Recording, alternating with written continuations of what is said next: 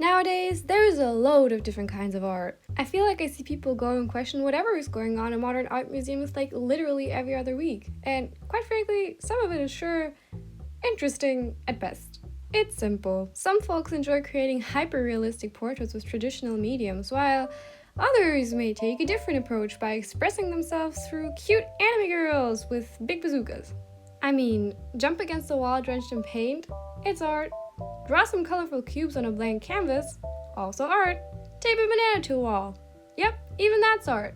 Hell, for me, even the sketches that teachers do on the whiteboard after saying, "Oh, I'm not much of an artist," are actually also a form of art. Speaking of artists, there's a big chance that based on the type of art you pursue, be it a singular eye on the side of your school notes or actually investing in a hobby or even a job, you are most likely bound to suffer the curse of being an art kid. Now, the tricky thing here is not every person that considers themselves an artist was an art kid, and one doesn't necessarily evolve from the other. I can say from experience that you can be both the art kid and an artist at the same time. The issue lies in the definition. An artist is just someone who creates art, and well, art can be anything. Drawings, music, literature, you call it. An art kid, on the other hand, is a classmate or a young family member whose hobby is art, as in drawing or painting. So every art kid is basically an artist, but not every artist is or was an art kid. Additionally, if a certain classmate pursues a different form of art, such as writing, photography, or music, or whatever, they're no longer an art kid. Those kids are artsy at best, but they're not art kids at all. So, all art kids are artsy kids, but not all artsy kids are art kids. Okay, I admit that was really confusing, but in order for you to find out which of the terms applies to you, let's take a quick personality test, shall we? Put your finger down if you do art. Doesn't matter what you do. Literally anything counts. Put your finger down if you, number 2, invested time and resources into your artistic passion, be it a hobby or even a job. These were more broad, as you can see, but now the more specific stuff. Number 3, put your finger down if you get art-related gifts on every fitting occasion. Christmas, birthdays, it doesn't matter, especially that one set with multiple art mediums that were all dry as hell. Sketchbooks, pencils, brushes, that kind of stuff. Number 4, put a finger down if you had a fixation on one or more of the following topics as a child. Various video games, most commonly Pokemon, Minecraft, Roblox, or other Nintendo games. Anime, creepypasta, cartoons like My Little Pony, Wings, Monster High, Barbie, whatever, horses, or animals in general. Now, number 5, the most art kid thing of all. Put a finger down if every time a teacher mentions a project that requires artistic input, such as drawing or really just a pretty poster or something, the entire class turns around to stare into your soul. Honestly, it doesn't even have to be a project. The teacher could literally just talk about art in general and people will look at you. Now for the results. If you don't have any fingers down, you're pretty much none of the previously mentioned types of people. But hey, it doesn't mean that you can't become one of them though. Or even all 3 if you want to. If you put your finger down at the first question, congrats, you are an artist. With 2 fingers down, you can be considered artsy, and after that, you are the art kid. Personally, I consider myself to be all of them at the same time, and I feel like a lot of people that started drawing pretty early on in their lives can relate to this. Well, nevertheless, this video is not about artists or artsy kids or whatever. This video is about art kids. And how much it actually sucks to be one. For the sake of this video, I asked my family when I started drawing for the first time, and they said, well, basically ever since you could hold a pencil. So that's like more than a decade of being an art kid, and boy do I have some stuff to talk about. My hatred for the title started somewhere around primary school. In my opinion, art as a school subject is already a bad idea as it is. But I can draw, so it's no problem, right? Wrong! Literally one of my first memories is this. The teacher gave us the task of drawing flowers with paint in 2nd grade. In my memory, we had to draw 1 yellow dandelion and 2 white dandelions in order to get the best possible grade, an A. So my little 2nd grader hands created the most beautiful freaking dandelions known to man. And I was super proud of my work. The teacher was literally praising me the entire time. But then, to my disbelief, the day after I submitted my ethereal masterpiece, We actually got the grades and I got a B. I was crushed. After all that work I had put into my godly dandelions, I only got a B, and I wouldn't be so salty if it wasn't for the dumbest reason ever. Apparently, the teacher changed the task halfway through and I just didn't notice it.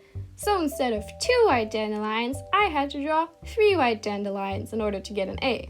I only drew 2, so I got a B. And the thing is, I'm not even mad at the fact that the teacher changed the instructions or something. It's just that once you're considered the art kid, you're expected to excel at art at all times. So, of course, when I get a B, all the kids started commenting things like, "Wow, Ruru, I thought you were good at art." And if I'm really honest, if I heard that today, literally 10 years later, I would still feel the same way I felt that day. Embarrassed, betrayed, and disappointed. A myriad of other incidents had to happen before I actually stopped embracing my title as the art kid. I literally cannot recall how many times I was just quietly drawing when some knucklehead came up to me and just asked me one of the following questions. "Hey, can you draw me, lol?" Or, "Why is he naked?"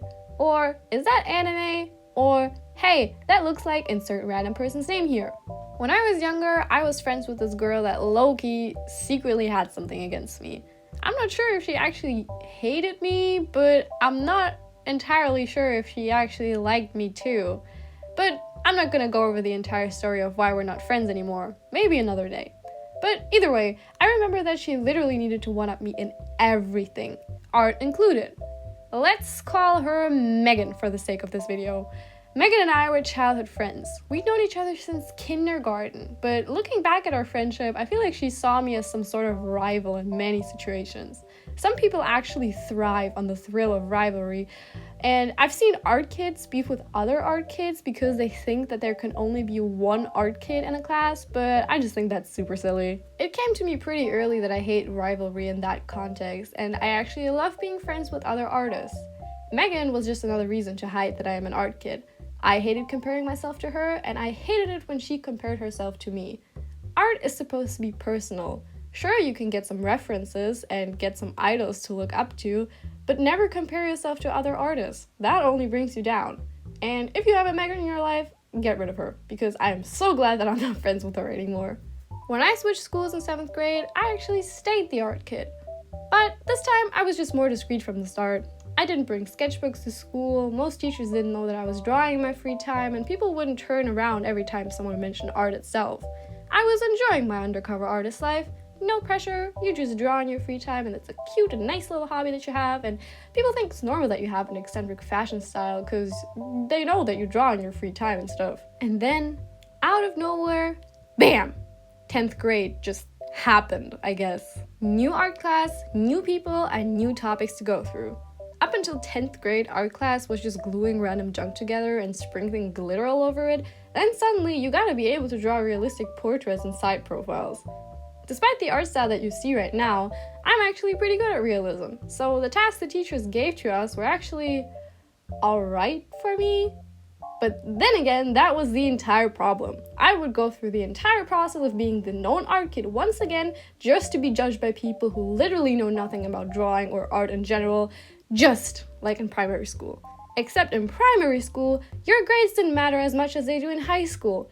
So I took the risk, and I just hoped that my art teacher wouldn't make a big deal out of it. Spoiler alert, he absolutely made a big deal out of it. He would show off my work as an example to others, encourage me to bring him my private works of art that I did at home, and during project week, he expressed in a very passive-aggressive comment that he was so disappointed that I didn't pick his project offer, which had something to do with art.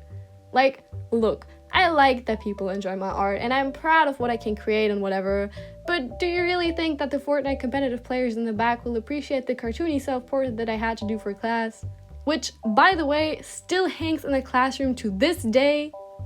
I also remember that one time he made a weird comment about how I could teach him some art techniques after class because I'm just so good. I obviously declined, and the weirdest thing is there were like 2 other girls who were exceptionally good at art, but he only said those weird things to me, which is just ew. As you can see, my art journey was pretty rocky, and I didn't always have the environment where I could blossom and improve in, but that didn't stop me from continuing. I actually thought about making a YouTube channel for years now, and well, now I'm here. My name's Ruru, and this is actually my first ever video, and I really appreciate y'all watching this video. If you want to see more content like this, leave a like and subscribe, because making this video was actually super fun now that I've actually had the courage to do it. And comment down below if y'all can relate to the struggles, because I sure hope that I am not the only one who thinks that way. But like I said, thank you for watching, and adios!